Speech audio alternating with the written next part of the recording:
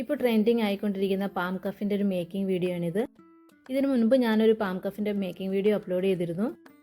അതിൽ ഞാൻ കംപ്ലീറ്റ് ആയിട്ട് 0.3 mm സൈസ് വരുന്ന ഗിയർ വയർ ആയിരുന്നു യൂസ് ചെയ്തിരുന്നത്. എന്നാൽ ഇതിൽ 2 ടൈപ്പ് ഗിയർ വയർ ആണ് യൂസ് ചെയ്യുന്നത്. ഇത് രണ്ടും നമുക്ക് ഈസി ആയിട്ടും ബഡ്ജറ്റ് ഫ്രണ്ട്ലി ആയിട്ട് ചെയ്തെടുക്കാൻ പറ്റുന്ന മെത്തേഡ്സ് ആണ്. അപ്പോൾ അതിനായിട്ട് ആദ്യം ഞാൻ 0.3 mm സൈസ് വരുന്ന ഗിയർ വയർ എടുക്കുന്നുണ്ട്. പിന്നെ കുറച്ച് സ്റ്റോൺസ് ആണ്, ബ്ലൂ കളറാണ് ഞാൻ ചൂസ് ചെയ്തിരിക്കുന്നത്. അതേപോലെ തന്നെ പല ഷേപ്സ് വരുന്ന സിൽവർ കളർ സ്റ്റോൺസും എടുത്തിട്ടുണ്ട്. സോ ഫസ്റ്റ് ഒരു 12 ഇഞ്ച് ലെങ്ത്തിൽ ഞാൻ ഗിയർ വയർ മെഷർ ചെയ്തെടുക്കുന്നുണ്ട്. അതിനുശേഷം ഇവിടെ നിന്നാണ് വർക്ക് സ്റ്റാർട്ട് ചെയ്യുന്നത്. സാധാരണ ചെയ്യാറുള്ളത് പോലെ തന്നെ നമ്മൾ വയറിനെ ഇതുപോലെ ടൈറ്റാക്കി ചുറ്റിയെടുക്കുകയാണ്. പല ഷേപ്സിൽ പല വലുപ്പത്തിലാണ് മേക്ക് ചെയ്യേണ്ടത്. ഞാനിവിടെ യൂസ് ചെയ്യുന്ന സ്റ്റോൺസ് 2 സൈസിൽ വരുന്നതാണ്. ഒന്ന് 6 mm സൈസും മറ്റേത് 3 mm സൈസുമാണ് വരുന്നത്.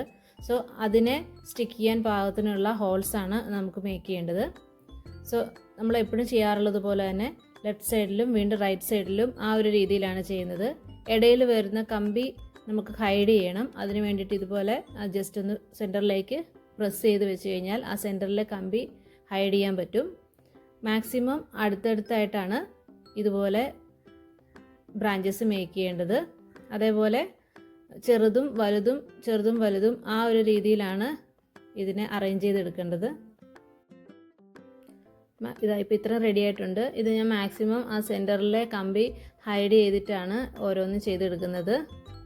നമുക്ക് എത്രയാണോ ലെങ്ത് ആവശ്യം ആ ഒരു ലെങ്ത്തിന് ചെയ്തെടുക്കണം. ഇവിടെ ഇപ്പോൾ ഇത് വർക്ക് ഫിനിഷ് ആയിട്ടുണ്ട്.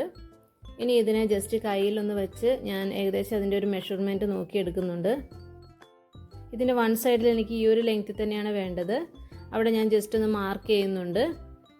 കമ്പി ചെറുതായിട്ടൊന്ന് പ്രസ് ചെയ്ത് അതിനൊന്ന് മാർക്ക് ചെയ്ത് എടുക്കുന്നുണ്ട്. ഇനി കൈയുടെ ഉള്ളിൽ കൂടി നമ്മൾ ഓപ്പോസിറ്റ് സൈഡിലേക്ക് കമ്പി വലിച്ചു കൊണ്ടുവയ്ക്കണം. അതിനുശേഷം അവിടെ നിന്നും എത്ര ലെങ്ത്തിലാണ് നമുക്ക് ഡിസൈൻ വേണ്ടത് എന്നുള്ളത് കൂടി ജസ്റ്റ് ഒന്ന് മാർക്ക് ചെയ്ത്, എനിക്ക് ഇവിടം വരെയാണ് ഡിസൈൻ വേണ്ടത്. സോ ഇവിടെ ഞാൻ ആ കമ്പി ഒന്ന് മാർക്ക് ചെയ്ത് ജസ്റ്റ് ഒന്ന് പ്രസ് ചെയ്ത് അതിനൊന്ന് മാർക്ക് ചെയ്തെടുക്കുന്നുണ്ട്.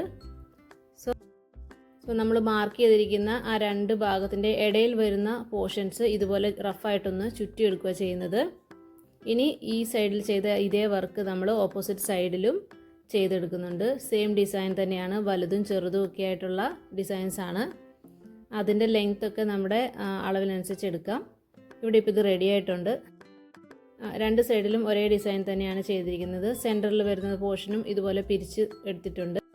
10 mm സൈസ് വരുന്ന ഒരു വയറാണ്. ഇതിലേക്കാണ് നമ്മളിത് അറ്റാച്ച് ചെയ്ത് കൊടുക്കേണ്ടത്.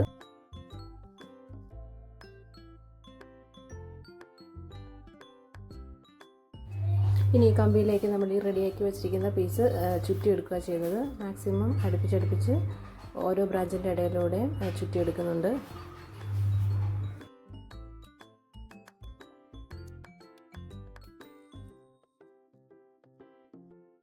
മാക്സിമം അടുപ്പിച്ച് നീറ്റായിട്ട് വേണം ഈ കമ്പി ചുറ്റിയെടുക്കാനായിട്ട്. ഇങ്ങനെ ഈ ഫുൾ നമ്മൾ വർക്ക് ചെയ്തിരിക്കുന്ന മറ്റേ എൻഡ് വരെ ഇത് കൃത്യമായിട്ട് ചുറ്റിയെടുക്കണം. ഇങ്ങനെയാണ് അതിൻ്റെ ഒരു ഫൈനൽ ലുക്ക് വരിക. ഇനി ഇത് നമുക്ക് കയ്യിൽ വെച്ച് ജസ്റ്റ് അതൊന്ന് ഷേപ്പിലാക്കി എടുക്കാം. ഇങ്ങനെയാണ് കേട്ടോ വരിക. അപ്പോൾ ഈ ഒരു ഡിസൈനാണ് ഞാൻ ചെയ്യാൻ ഉദ്ദേശിക്കുന്നത്. ഇതിൻ്റെ കൂട്ടത്തിൽ ഒരു റിങ് കൂടി ചെയ്യുന്നുണ്ട് ഇതേ മോഡലിൽ തന്നെ.